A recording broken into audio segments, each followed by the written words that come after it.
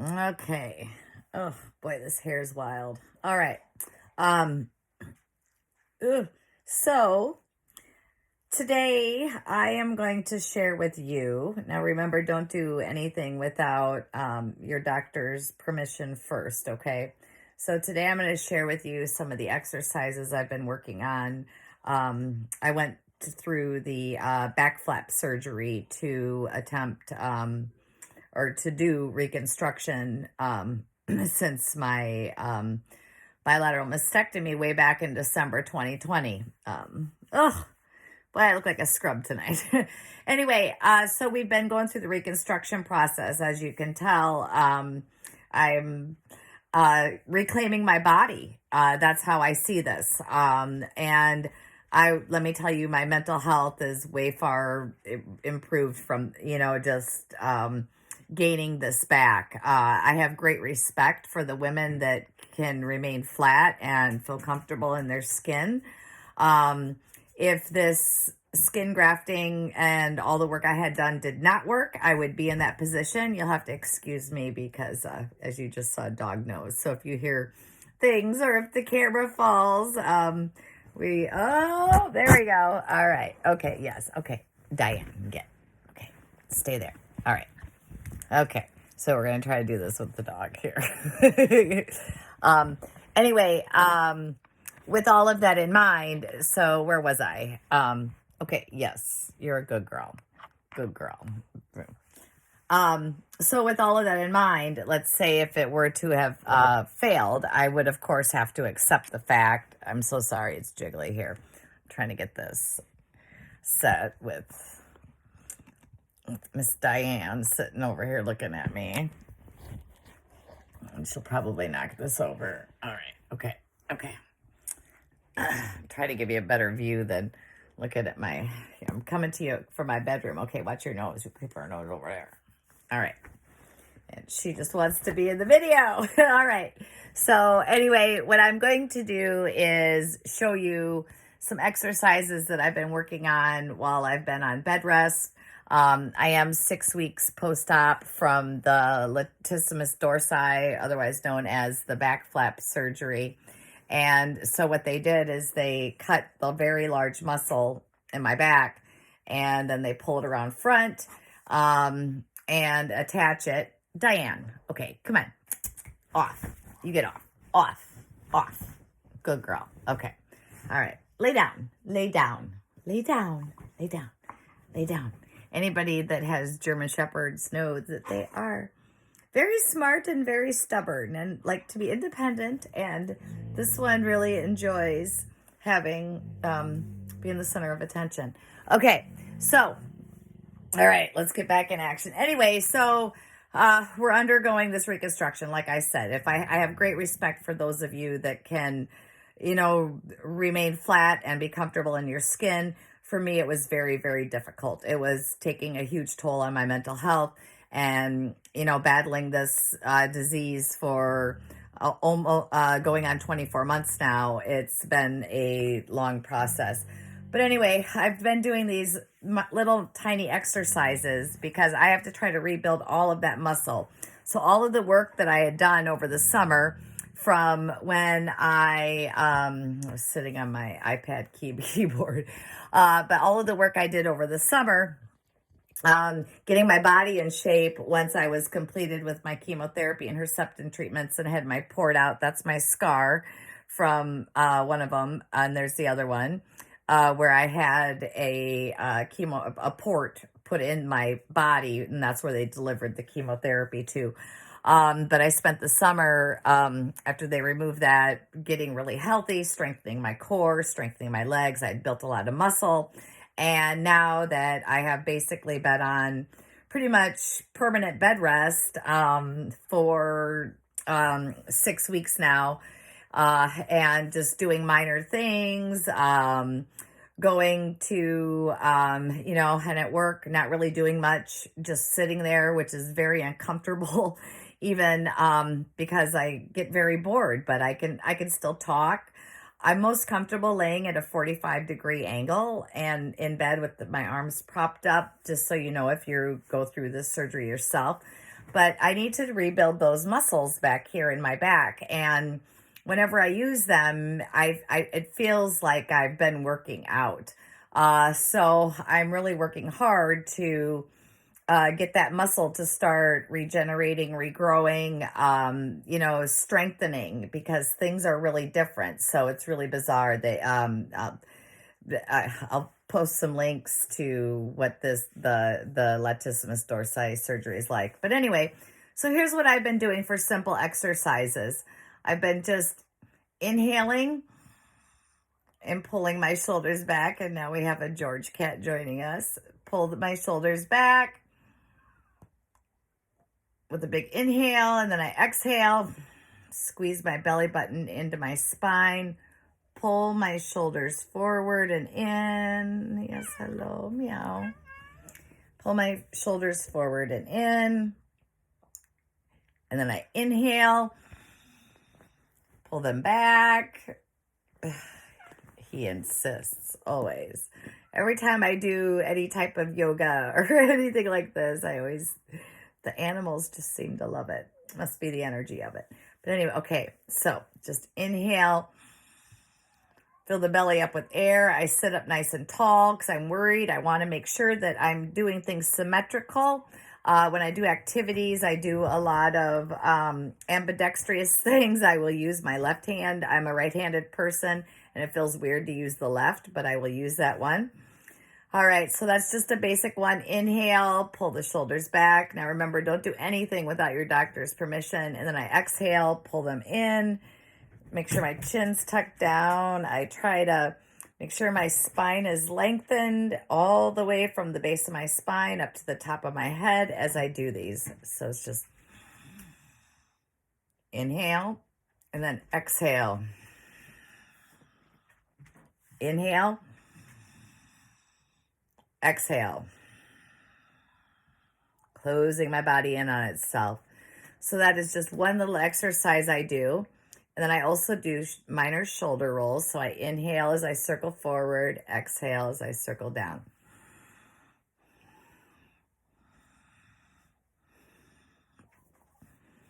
Inhale, circle forward, exhale, circle down. And then I'm going to reverse. I'm going to circle forward, back. So I do both ways. And I'm not doing too much. I mean, I literally do not do a lot of repetitions of this because I can really feel it. And you don't realize how much you use your chest muscles until things are changed. And right now I have tissue expanders in. That's what they're using to stretch my skin, to create a pocket to put the silicone implant in. So, so I can feel those. They're bulky and they feel like, I don't know, it feels kind of like you have a rock stuck in you. So I keep all of these exercises at a minimum. Anytime I start to feel any pain or like there's too much pressure, I don't push it. Not like a normal workout when you're healthy where you keep going, you push through the burn. I don't do that with this because I 100% want this skin grafting and this reconstruction to be a continued success. So that is why I do not push it at all. And then another simple thing that I do is shoulder shrugs. So I inhale, fill my belly up with air, lengthen my spine, tuck my chin in slightly, and then I exhale and let my shoulders drop down while I keep my spine lengthened. I inhale, pull up, and I exhale, push it down. And I can feel that. So I can feel where those muscles were clipped, pulled around, all of it. I can feel a lot of activation. And then I'm feeling along my spine. I've had a lot of pain recently in my back. And, your body has to readjust to all of this new stuff. It does take time for your brain to adjust. And a little bit about using subconscious healing is, I've heard it recommended that people that have gone through a surgery like this where you lose your breasts, some of that we talk about that is interesting are, we hear about phantom pains. Now, you might want to cover little ears if they're around, but many women report also having uh, phantom nipple sensations. And that is because your brain is trying to figure out, hey, something's missing from my body. But of course, that's all stored in your mind and you remember this stuff. So your brain is activating that area. So they say a good thing to do is to, you know, talk to those parts of your body, and through healing, that's one thing. I talking, don't look at my fingernails, I need them done. But the healing, talking to your body, saying, I am perfect health, I am perfectly healed, I am 100% healthy. You want to really work those thoughts in your mind, because our thoughts do work. Even when we look at studies, even of tests for drug trials, those that receive placebos can sometimes have the same effect. And what that is the power of the mind. I mean, even placebos are, I believe, medicine, because if you believe it, you start to accept it, acknowledge it, and bring it into existence. Okay. I really firmly believe this, and I've been practicing healing for a long time, self-affirmation, self-work. I've done a lot of trauma therapy. I've done a lot of other kinds of cognitive therapy, and those are definitely building blocks to, boy, my hair is so wild. Those are definitely building blocks to creating a healthier self. So that goes back to talking to your body about what's going on. Like for myself, I'm like, okay, your muscles have moved. Now you have to readjust. And I touch the areas. Put my hands on them. I close my eyes often and just breathe breath into that area. I inhale deeply and exhale. I touch the sides. Inhale, exhale. I also bring my hands forward. I put them over the skin grafting and the tissue expanders. And I talk to my body and say, you're changing, you're healing. And I believe it works. You might think it's silly, but to me, it helps me just feel better. I actually feel better right now. My back was hurting tremendously, and I feel a lot better just doing that little bit of breathing, touching, thinking, talking. So because you do have to reset those brain patterns. And of course, also too, what I'm trying to do is rebuild that muscle and activate it and allow my body to readjust so that I can come back into a full image of health. But in my mind, I already picture myself as that full image of health and what that means to me. And that right there is that using that power of your positive affirmations, your thinking, using your mind as an instrument to help heal your body. Definitely self-talk determines a lot of our actions and our feelings. And, even if we don't believe it, we have to tell ourselves that we are healthy, we are strong. Hey, body, you're changing. Guess what, brain? You know what? We're going to tune into something different here. We're going to heal this, and then we're going to move forward.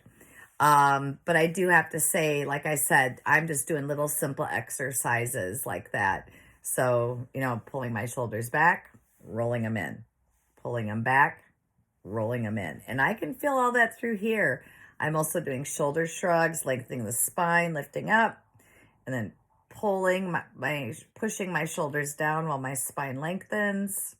This also activates all the nerves along your along your spine, and it helps relax the nervous system when you do this stretch. So those are things I'm doing, plus just reaching my arms straight out. You can only see here, Now, you don't want to bend your arms past 90 degrees after this surgery until your doctor tells you it's okay. And again, don't be doing these exercises unless your doctor says it's okay. But I just extend my arms and I reach. I extend my fingertips. I wiggle them a little bit just so I can feel and let my body start to activate those muscles. And then I will also bring my arms in, touch my hands to my chest, and then I will bring them back out. So no, and they're just straight out. I'm not going back further than my shoulders. I do not want to do that at this point yet, but I can do in and out, in and out. So just little things like that. I can use my elbows, keep my hands up here if I want, lift up, push them down, lift up, push them down. So just little things like that is what I do.